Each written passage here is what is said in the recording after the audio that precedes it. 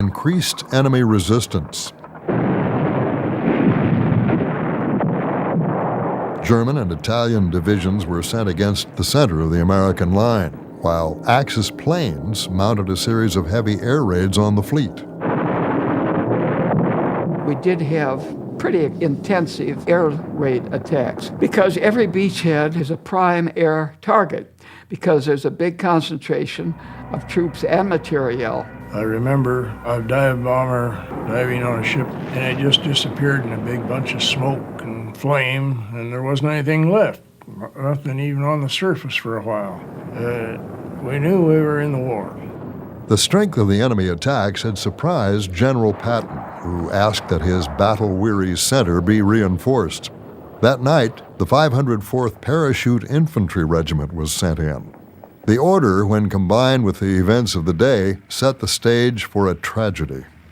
As the transports flew over the darkened Allied fleet, nervous anti-aircraft gunners opened fire. That was the awfulest sight I ever saw. Usually when one gets hit, there's a big flash of light, and you see guys falling out of it. And some of them fell out and came down okay. Others just exploded. Depends on where the plane was hit. About 23 planes and 230-some people were lost. And that was kept quiet, primarily because in those days it was thought that any bad news was a solace to the Germans. Over the next 2 days, the 7th Army gradually pushed its way out of the coastal plain and into the hills ringing the American beachhead. The dispirited and ill-equipped Italian coastal units hardly put up a fight. Our biggest trouble in Sicily was the local Italian troops wanted to all give up to us, pretty near all of them. Sicily was such a cakewalk to begin with just the Italians, but finally we had to go find where the Germans were. We cut right through the center of the island under General Patton. And we moved fast. It was tough going. We had a lot of opposition at times, and other times we just overcame the enemy because of our speed. As we were advancing across the Genesee Plain, a 75-millimeter projectile bounced off the turret of my tank, just 16 inches from my face, went past my left ear. The ears have been ringing ever since. And it scared the hell out of me, of course. The battle at Troina was one of the very worst battles we had. The Germans fought well. They've used every trick in the book, but they did it honorably. I mean, the Germans basically just fight a delaying action. There's no real intent to hold Sicily once the Allies land. It's a foregone conclusion we're going to take it. It's just a question of when and how and whether or not we're going to cut off the Germans. Well, the Sicily campaign was completed in 38 days from the time it first started. And unfortunately, the enemy got out of Sicily with a lot of troops and a lot of equipment. And that hurt us really bad later on during the rest of the Italian campaign. How did they withdraw across the Straits of Messina when we had naval and air superiority? It's a mystery to me. I have to get someone else to tell you how that one happened. The situation in the Mediterranean forced Hitler to divert more badly needed troops down into the boot of Italy, a move made more urgent by his doubts about his mostly ineffective ally. The Italians never lose a war, he said. No matter what happens, they always end up on the winning side. Hitler's concern was not misplaced. On July 25th, even before the fall of Sicily, King Victor Emmanuel ousted Mussolini and installed Marshal Pietro Bacci. On the 3rd of September, an Allied landing occurred on the toe of the Italian boot at Calabria, which caused the Germans to move several mobile divisions south. On the 8th, the Italians announced their surrender. Field Marshal Kesselring's German troops quickly disarmed their former allies. Then on the 9th of September, Allied landings were staged at Taranto and Salerno. Kesselring had anticipated that an invasion would fall near Salerno, and strong mobile forces quickly moved to the area. The beach itself initially was undefended, but once we were ashore, then there was a lot of resistance. The Germans could predict you were coming. because the Americans always did an operation under air cover. You could draw a protractor on a map and draw a circle of this is how far their fighters can reach, therefore this is where they can land. And where's a beach? Salerno.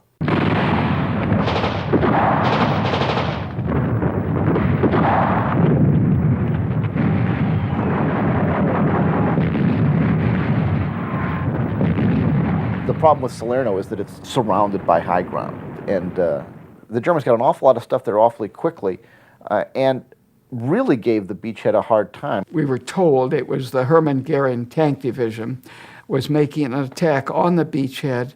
Happily, our harbor was still full of combat vessels as well as transports, and the heavy guns from our Navy were able to destroy that attack. 4 days after the initial landing, the situation on the ground remained precarious. Desperate to get more troops into the embattled beachhead, but short of landing craft, General Mark Clark requested airborne reinforcement. It was a combat jump, but it wasn't really a combat jump because we jumped on the beach. And we didn't actually jump really behind the lines. The Pathfinders went in, set up around the field, and lit flares as we came in. They lit the flares, we jumped, and they doused the flares. We jumped right in the middle of it, just above where they were fighting on the beach, but right between the artillery and the tanks. So we had to fight both ways, and that was a hellhole for about 20 hours. This is not what anybody wants to do with airborne troops. They're being dropped in to reinforce semi-failure, not to expand the beachhead. It's to stop the beachhead from disappearing. And you end up doing essentially a defensive operation against enemy armor, something that is the last thing airborne troops are equipped for. But you do it because there's nobody else to do it. Despite vigorous efforts by the Wehrmacht, by September 16th, it became clear to Kesselring that the Allies could not be dislodged. He directed his forces to begin an orderly withdrawal north. The beachhead had survived, but only by the slimmest of margins. Thanks to extremely effective naval and aviation support, quickly deployed airborne reinforcement, and the courage and capability of Allied soldiers, a disaster was averted. It took a while for us to learn exactly how tanks, infantry, and artillery needed to be orchestrated on the battlefield. And it is, in a sense, fortunate that we were able to learn these lessons in these subsidiary theaters of war, rather than have to learn them against the first team, so to speak, in Northwest Europe. For the Allies, Salerno reinforced the need for more landing craft, for it was the shortage of these vessels that constrained the Allied response to the German armored counterattack. The battle also drove home the fact that control of the air was essential for the success of any amphibious operation. It is in the Mediterranean theaters, North Africa, Sicily, and Italy, that the United States military developed a capability for tactical air support that it had lacked before the war. And these lessons carried directly over into the later campaigns in Europe. The Germans viewed the battle with a combination of frustration and dread. Their counterattacks nearly drove the Allies back into the sea, but ultimately they failed under the weight of Allied air and naval support. It was a scenario that was likely to reoccur, and after Salerno, the Germans became increasingly hesitant to use their mobile reserves within range of Allied naval gunfire. It was a tendency that would have drastic consequences in Normandy, but that was still months away. After the battle for the Salerno beachhead had ended, the Allies began gathering their strength in anticipation of an attack toward Naples, while the Germans established a strong defensive line south of Rome. The campaign up the Italian peninsula was mostly mountainous. Roads, when there were any, that rained so hard that the roads were mud, and it was really tough going. North of Naples, the Volturno River flows through a valley, and the German troops established their defense line on the north bank of the Volturno River. And that was the first place I really experienced heavy firing. And we got a lot of artillery and a lot of mortar fire and had quite a few casualties along the Volturno River. The situation would remain at a virtual stalemate for months as the Germans performed a series of withdrawals to prepared defensive lines, each more formidable than the one before. The campaign in Italy had become what the Americans had feared, a grinding battle of attrition absorbing far too many resources. Yet in spite of the lack of quick progress, the primary Allied goals established before the invasion of Italy had all been achieved. The Mediterranean was now secure. Italy had been forced to withdraw from the war, and at least 23 German divisions were tied down, while the Allies continued their buildup for a cross-channel invasion. But just when would that much-anticipated event occur? With the British demanding further operations in southern Europe and the Americans insisting on France, the stage was set for a bitter political battle within the Allied High Command.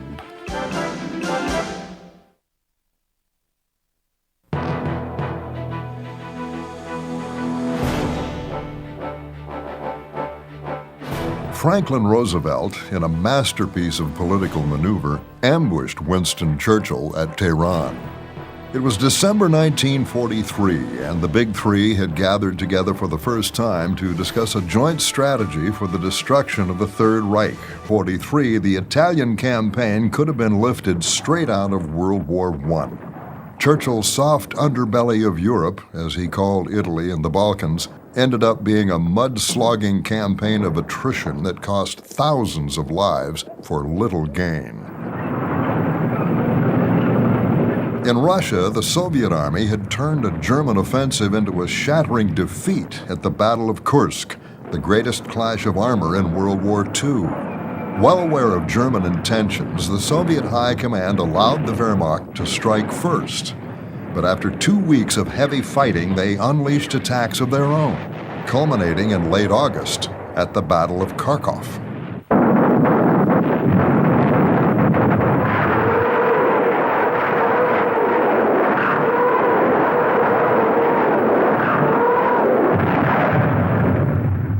Losses for both sides were appalling. Between early July and the end of August, it's estimated that more than 1 million men were either killed or wounded. The Soviet victory at Kursk marked the end of German successes in the east.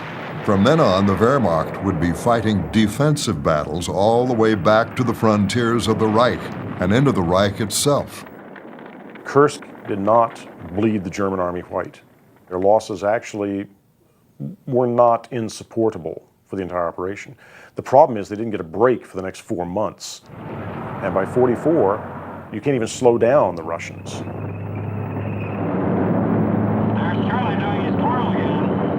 Over the Reich, the combined Allied air offensive had been stalemated by the Luftwaffe. Through 1943, the American 8th Air Force increased its strength until it could field hundreds of B-17s and B-24s over Germany. The problem was, each time they appeared, the German fighters slashed through their tight formations and with cannon blazing, knocked down dozens of bombers each raid. At times, American losses approached 50%, and more men were dying in the skies over Europe than were dying in the trenches of Italy. As the bomber losses mounted in the fall of 1943, the 8th Air Force was eventually forced to suspend daylight bombing raids into Germany itself. And the reason for this was they lacked a long-range escort fighter to give the bombers protection all the way to the targets and back. And the solution to this problem lay in the P-51 Mustang. But it wasn't until December of 1943 that the first P-51 group was deployed into England. So in the meantime, not only had strategic bombing not had decisive results on the war effort, but the Germans still held command of the air over the Third Reich. If progress on land and in the air was frustratingly slow for the Allies, the war at sea had finally turned in their favor. Through much of 1943, the Western Allies had scored significant successes. With additional long-range patrol planes, along with hunter-killer task forces built around escort carriers, the Allies began the year with a blitz on the Atlantic U-boats. As the campaign gained momentum, dozens of German submarines were destroyed. The efforts at sea were aided by Allied code breakers who continued to glean valuable information through ultra-intercepts. They knew what orders they were sending the German U-boats. They could hear the reports of the German U-boats back to their headquarters, and that gave them a tremendous edge. Knowing where the U-boats were, where they were concentrating, the Allies were able to reroute their convoys or to focus their own hunter-killer groups on the concentration of German submarines. By the end of 1943, the Allies were sinking over 60 German submarines a month. The situation had become so critical that Admiral Dönitz withdrew his boats from the North Atlantic. The Allies were slowly gaining the upper hand, but it had been a titanic struggle. The overriding question the Big Three needed to answer at Tehran was how they would work together to destroy the Third Reich in 1944. The alliance of the Big Three was a matter, like any coalition, of sleeping in the same bed but having somewhat different dreams. Churchill's primary concern was the preservation of the British Empire, realizing that Britain had been badly weakened by the war. Stalin's primary concern was very simple. He wanted the Allies to get into the fight with Germany in a big way and get some of the Germans off his back. The United States was treading a course between them, uneasy about the British colonial ambitions and a little bit worried about the Soviets, but trying really hard to maintain the unity of the coalition and keeping a straight push towards a fight with Germany in a big way soon. FDR and his military advisors had spent most of 1943 arguing with the British over a cross-channel invasion. In the spring of that year, the Americans succeeded in getting the British to form COSAC, a headquarters study group whose mission was to create the blueprint for a landing operation in France. From the outset, the planning was plagued by inter-allied differences. The Americans wanted to invade Normandy. The British wanted to land at Pas-de-Calais since it was closer to England and would be easier to supply. The Americans eventually win this argument, and this actually becomes a signal moment in the relationship between the Allies in 1943. From this moment on, the Americans really become the dominant partner in the strategic alliance between the United States and Britain, and they begin dictating to the British the strategic course of the war. And, of course, the fulcrum of this is COSAC, the COSAC plan, which becomes codenamed Overlord. When the Big Three sat down for their first meeting at Tehran, FDR spent the first hour giving Stalin a surprise and captivating description of the Cossack plan. Stalin embraced it and declared, "Overlord is essential to beat the Germans. Make it the basic operation for 1944." Roosevelt's presentation came as a complete surprise to Churchill. Churchill had still hoped to drag out operations in the Mediterranean, perhaps an invasion into the Balkans to forestall Soviet advances into Eastern Europe and maintain British influence in the region. He still was deathly afraid of a full face-to-face fight with the Germans in Northern Europe in France. Between Stalin and Roosevelt, they had Churchill in a corner and forced him to agree to the operation. After 18 months of Anglo-American squabbling, Overlord had finally been given the green light. A week later in Tunis, North Africa, Roosevelt designated General Dwight D. Eisenhower Supreme Commander of the new Allied Expeditionary Force. Eisenhower, or Ike as he liked to be called, had already successfully led the invasions of North Africa and Sicily. Now the Allied forces were counting on him to do it again. Throwing yourself at an enemy who's had 4 years to prepare his defenses of the coast is a very chancy operation of war. Amphibious warfare in previous world conflict was a very problematic affair, and this time we had to get it right.